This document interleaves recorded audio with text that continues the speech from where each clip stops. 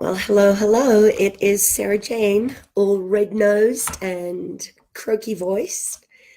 But I wanted to just pop in here quickly before I go and give my body some rest to just remind you that we're cyclic beings, right? We are as and of nature, and nature doesn't get done all at once. We need to find our rhythm and remember that we are cyclic beings. Hello, Lynn. Hello, Paula.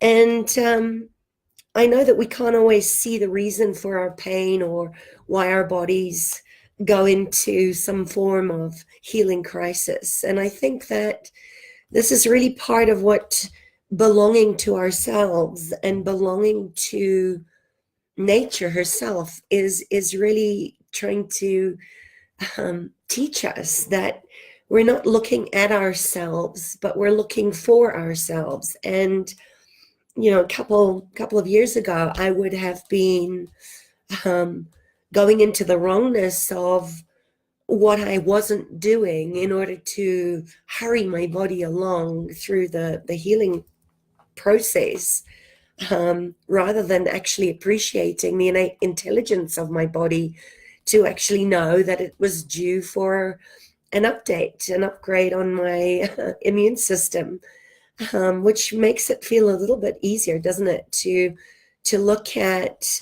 how we can sit with pain and discomfort and not need to do anything or rush it or fix it or make it wrong, but really to just grow into it and really respect and appreciate the elements of our sort of karmic ascension that embodies the soul of being human. And I think this is one of the places where we are so desperately, desperately longing for a connection with others. And yet we keep forgetting that we need to connect with ourselves and our body that never leaves us. Our body is our greatest consciousness facilitator. Hi, Jody and Kelly and Faiza. So, I think what I wanted to just remind you today on this Thriving Thursday is that we don't find our own center. Our center finds us. And the way that we do that is we've got to get out of our heads, out of our minds, which are never going to be able to figure out why, and look at the who. Who am I being in this moment? Before we start looking at the why, because everything belongs when we're in flow from a fifth dimensional state of being.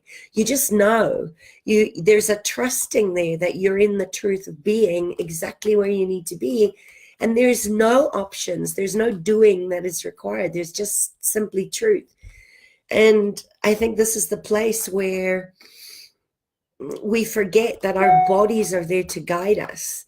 And we need to get out of our heads and look at fulfillment from a place of introspection of how aligned we happen to be with our truth in any given moment. And know how you're being guided, even though you can't always see it. Because freedom is not about multiple options, it's not about more. And I think this is the place where we often go into doubt and procrastination, and we start looking at accumulation of stuff outside of ourselves as if that's going to fix us. Especially in my case where, I've known my body's doing an upgrade right now, and it's snot and it's headaches and it's body aches, and it's okay.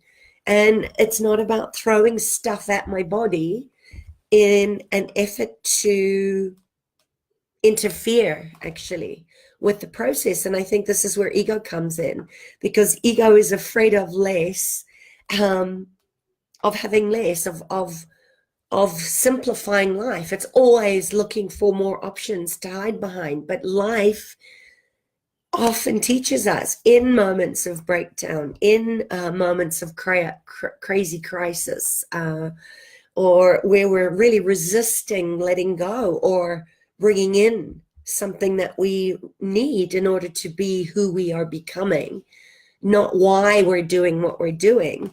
And that means that we have to let everything go, which terrifies the ego, doesn't it? Because we think that, or at least the subconscious mind has this association that less will mean deprivation or pain or lack or scarcity, and more means that we're going to be safe. And we all know that when we accumulate things outside of us, that oftentimes it's just a distraction, and it takes us away from making the commitment to the choices that are going to grow us and support our bodies in our evolutionary process to take us toward what we've come here to do and be in the world. And I think that that's the biggest part of this, is that our fear of choosing something out of this mass array of accumulative distractions that are outside of us, is that we end up not choosing anything. And then we beat ourselves up, and we create more separation and more apathy and more unfulfillment. And what I was looking at in one of my gene keys, which is when there isn't flow and there isn't movement, that it turns into inertia. And there's such a heaviness on inertia, because inertia isn't to be confused with stillness. Even though we crave stillness, it's really about coming out of the mind, dropping into the body, into that inner stillness that animals have taught me so well about, trusting that it's not so much about making sense of everything, the why, but it's really about how to be present with what is in every single moment. That's how we return to our hearts and into that place of inner peace and calm. When we really start to drop into the enteric, the gut brain, the intuitive brain, that's where we discover our ability to fully engage in how we're living. Are we living into happiness? Or are we living into our aliveness? Or are we living into dying a slow death? So what if belonging, this whole sense of true belonging, isn't a mythical out there place at all? What if it's a place where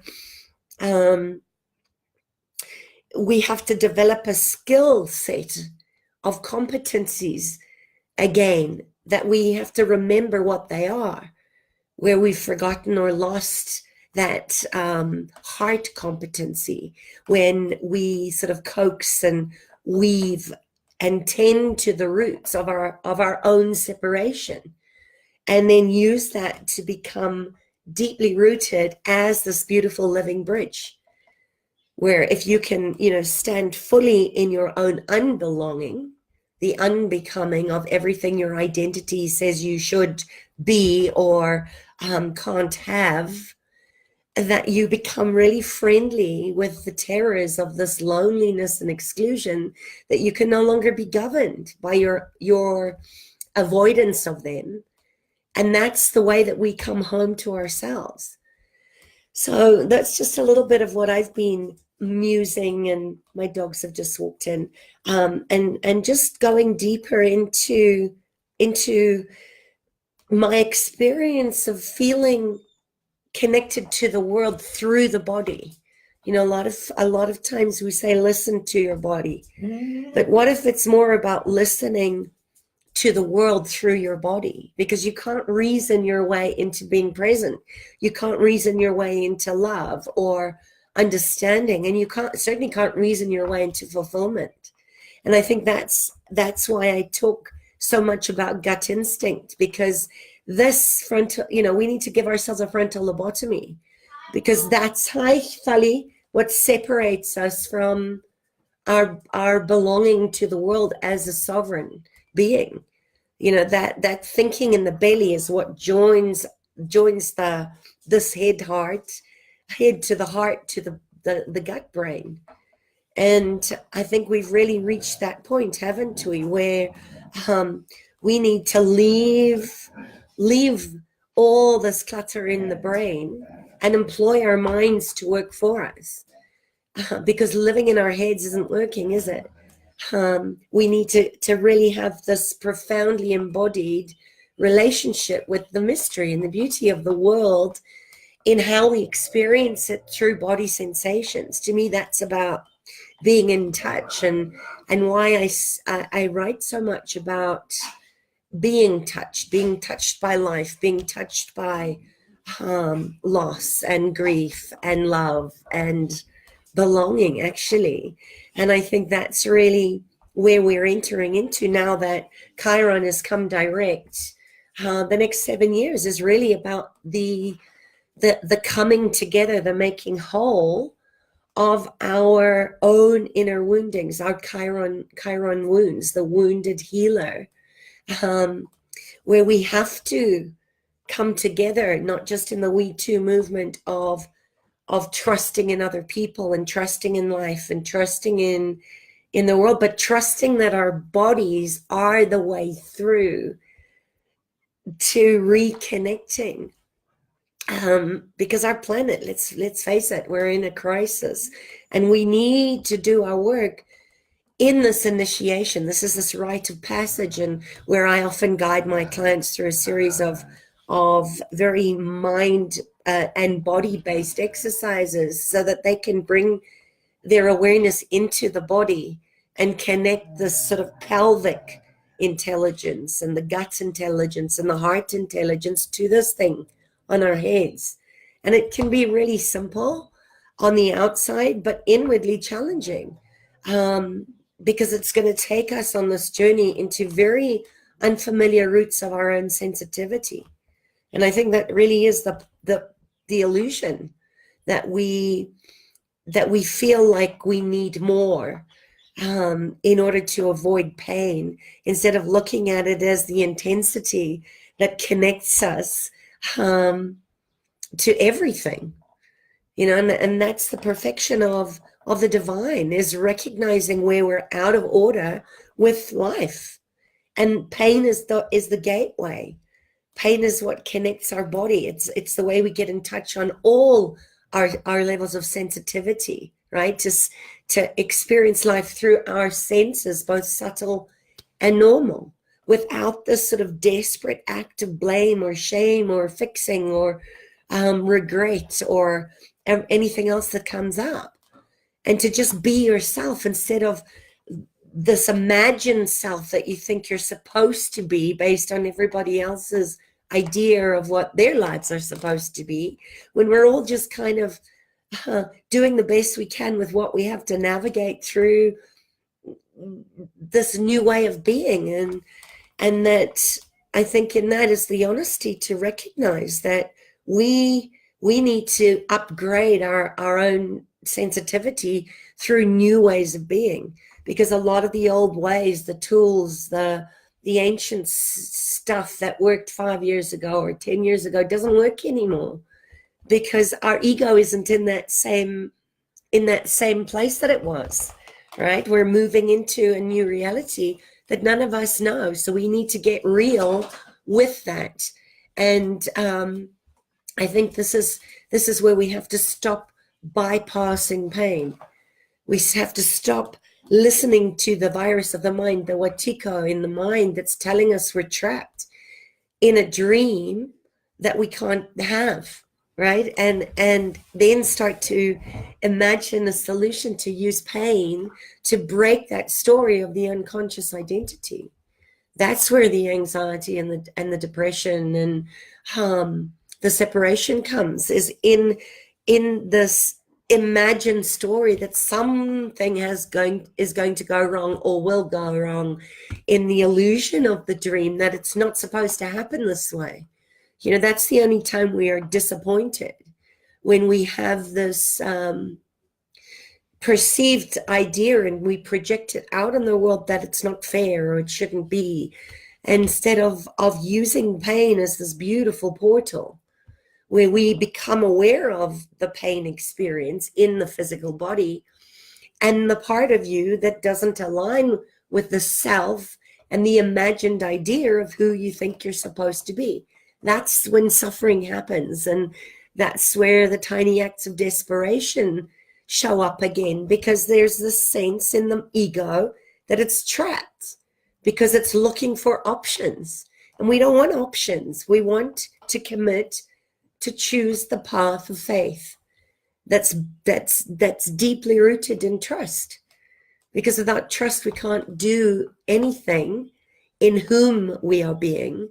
We go into the why, and then we do all these crazy things to try and keep us in that place of desperation so that we fit into the me too, where it's same old, and we end up desensitizing, right? And all we want is to be sensitive and to embrace our sensitivities instead of looking at the suffering that's trying to make the self not yourself.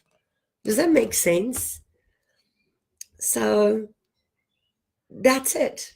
You know, if we use our imagination as one of the greatest tools that we have been gifted with the thinking brain to imagine a world that we want to live in, then why would we not use it towards the light instead of looking at inducing real pain, which comes from this identity of the ego that we're not enough?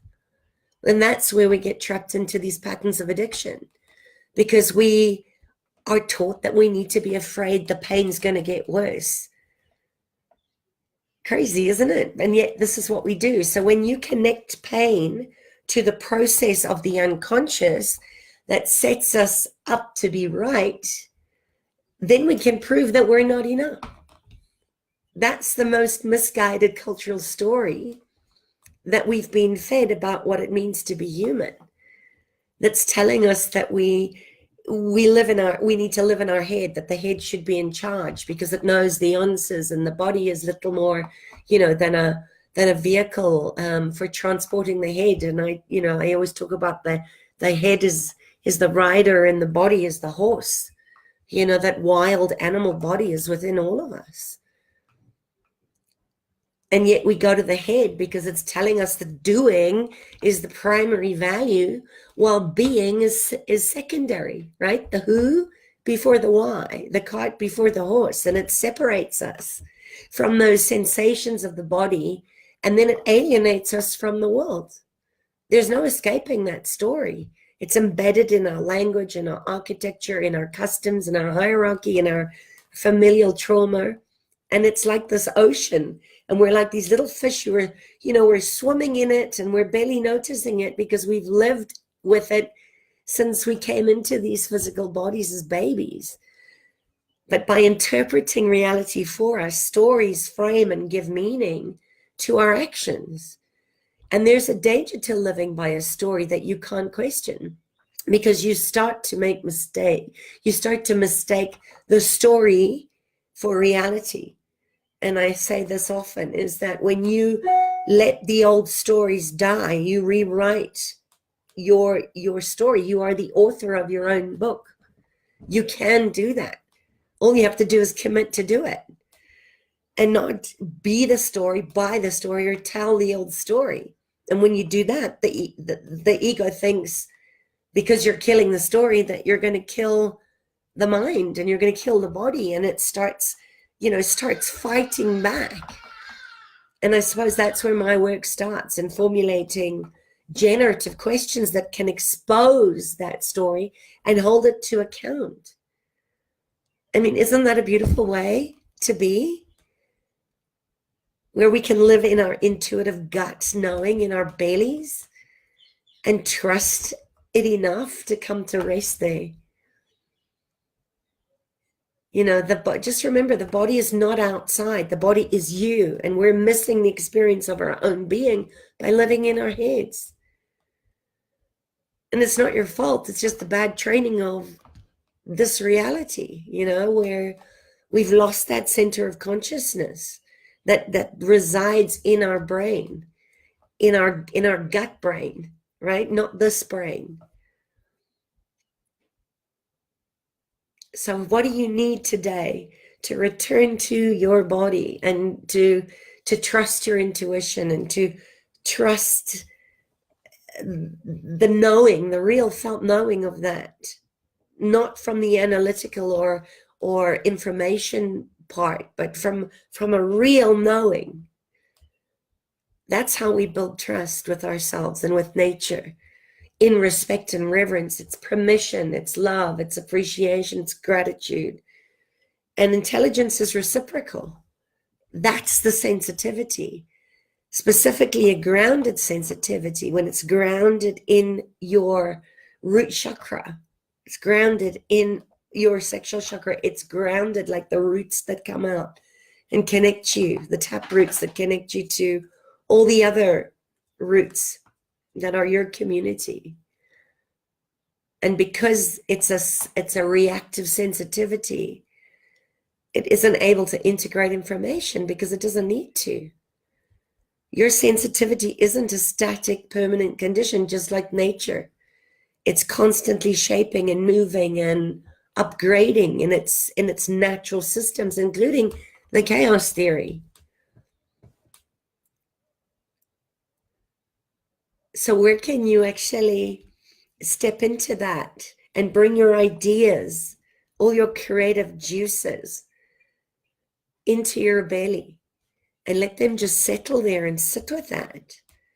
Because that's how you're going to sensitize yourself to who you are and eventually give birth to your insights. Our task is to learn to trust that process. And that's that's the central theme of my work, is that our relationship with our body shapes our perceptions, which in turn directs the actions that we take and guides the theories that we generate. But our culture is so fixated on it, searching for new perspectives on existence, and then overanalyzing everything, that we're floating out in space and we're going round and round in orbit because we've alienated from being and we can't find our way home. I want you to find your way home. Go back to the body. Because like I said, you can't reason your way into stillness. You cannot just decide to be still. Our bodies typically carry so much habitual and residual tension within them that our intelligence is so confused by all that noise. But the tension is a result of emotions and ideas that haven't been integrated.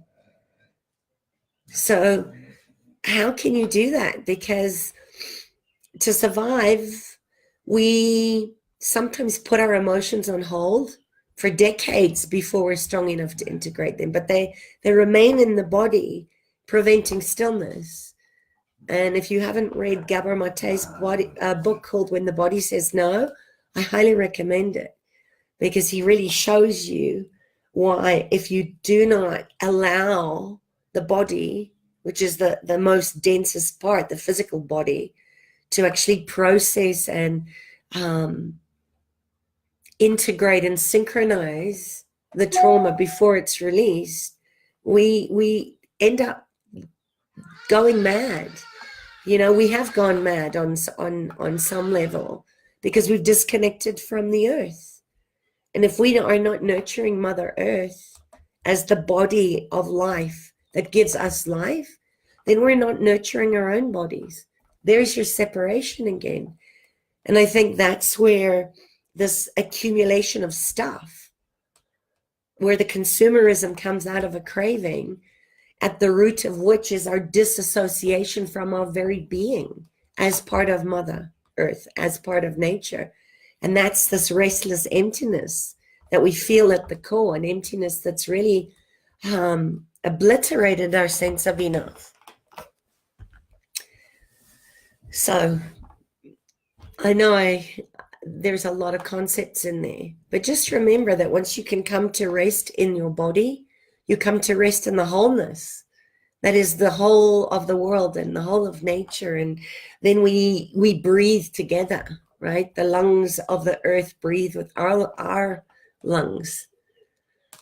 And that's how we come back. That's how we come back to our hearts. Come back to your heart and tell me if this resonated with you, if you have any questions or comments on anything that I've kind of thrown at you today. And take some time to just sit in stillness and allow yourself to experience this deep pain that we're experiencing in our own bodies right now in these chironic times is the pain of the earth and the animals, and we're connected to it through our sensitivities. Don't shut off your sensitivity. We need you to be sensitive. We need you to feel so that you can heal. Because if we each do our inner healing, then we can send that back out into the world for others to do their own healing. So that's it for today. I send you lots of love.